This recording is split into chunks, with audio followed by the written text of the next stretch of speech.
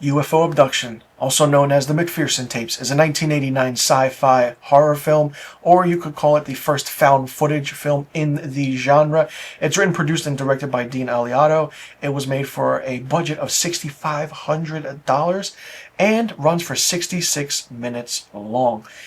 This film delivers kind of a chilling experience that still resonates to this day, and I will tell you why. Now, this film was originally released as UFO Abduction, but as years came along, the film was later known as the McPherson tapes. A title evokes the sense of mystery and the conspiracy that's behind it and what's going on. Is it real? Is it actual? I mean, what is actually happening in the context of this movie? What sets this movie apart is its raw, found footage style that back in 1989 was a fresh new idea that everyone had their camcorder and they were recording birthday parties, events, and it was just like, oh, did something like this actually happen? Well, we don't know. And then we see aspects of what was virtually unheard of at the time, because it wasn't until 1999 that the found footage genre started with the Blair Witch Project. Let's put brakes on that. Let's go back to this 10 years earlier, where the McPherson tapes started it all, which is what I believe it did. By a full decade, it's making one of the earliest examples of the subgenre as we know it. Now, the story takes place on the evening on October 8th, 1983. The Van Hess family gathers at their remote cabin in the Connecticut mountains to celebrate the birthday of 5-year-old Michelle. What begins as a joyous, fun-filled occasion, the family eating dinner, having birthday cakes, celebrating this joyous occasion, it quickly descends into madness and chaos as a strange light appears in the sky and these eerie alien figures begin to emerge from the woods. What makes UFO Abduction or the McPherson tapes so terrifying is the aspect of how I was 6 years old when I first saw this, and how real it felt and how real it looked. And from then on, who knew I would be hooked into horror so many years later like I am now. There were no slick digital effects, no crazy edits, no camera wipes, no, crazy CGI or anything. This was no crazy over-the-top designs of monsters or anything like that. It was just a grainy video of you watching a family going through something that you didn't know what they were going through. And it brought the idea of aliens back into the pop culture and brought it back into the discussion of our daily lives, especially for the end of the 1980s. Because of that, it was easily and immediately hard to debunk.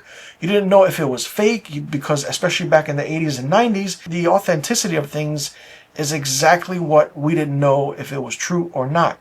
And this movie showed that. But it gets under your skin so much. The aliens are never fully shown in full, but what also heightens the fear is you catch glimpses of them in the shadows. When the camcorder is rolling and it's on a family figure, you see them speaking to the camera, and then at the side of your eye, you see the alien running across or walking across the screen, or just going like this, popping its head in and popping it back out around the corner. It's very scary. They step into frame sometimes as well, and it happens at the most unexpected moments. It's like a random jump scare which you didn't expect at all.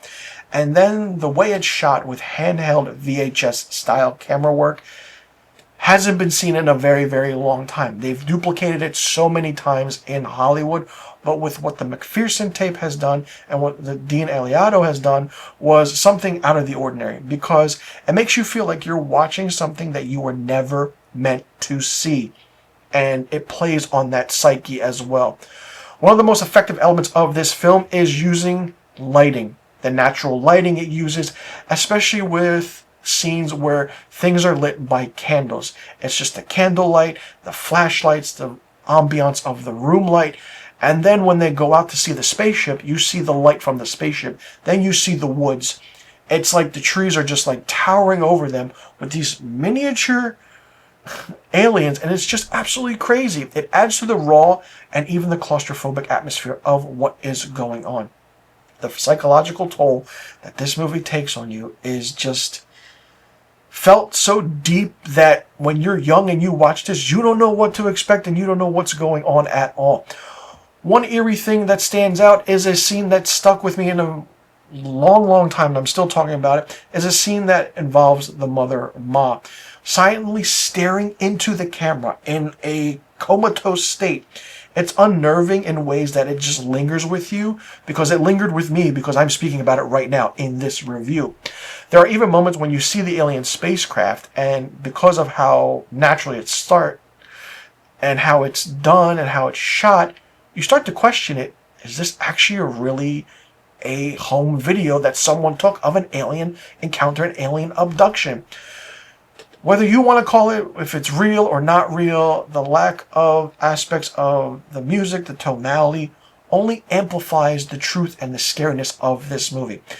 I haven't watched this movie since I was a kid, and recently I gave it another viewing on Tubi, so it is on Tubi as we speak. As I'm doing this review, it's on there for free. And wow, watching it as an adult now, you kind of notice the small details that you didn't see when you're a young child because you're too scared. Your eyes are covered over your face, and the fear just came flooding back. It's a new appreciation for how carefully a film like this is done and how carefully crafted it actually is, which is really good. In my opinion, UFO Abduction, the McPherson tapes, was one of the first truly effective found footage films that we ever received. We wouldn't see anything like it, as I stated in the beginning of this review, from the Blair Witch Project. And then, no alien-related horror-esque kind of film happened until Fire in the Sky came out in 1993.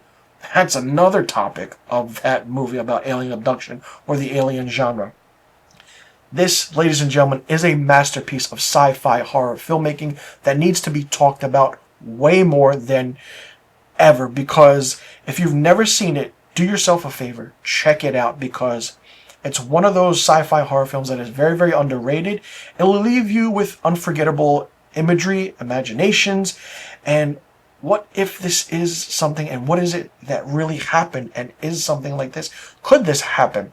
It's also worth noting that Dean Aliato revisited the concept in 1998 with a remake titled Alien Abduction Incident in Lake County. While more polished and with a higher budget, didn't have the same effect or feeling of the McPherson tapes, but nothing quite beats the original of the raw terror of this movie. For me, the McPherson tapes or UFO Abduction gets 5 out of 5 film reels. Let me know in the comments section below what you thought about this movie. If you've seen it, if you haven't seen it, will you be checking it out now? Do you remember it? Is it still scary to you? What is your favorite found footage movie? And does a movie like this resonate with you and stay with you after watching it at a young age? And when did you get introduced to the sci-fi horror genre or the found footage genre? And what is your favorite scene and what is your least favorite scene from this film? Let me know in the comment section about all the questions I just asked. I'm Mr. Filmstock. Thanks so much for tuning in, and I'll see you all in the next review video.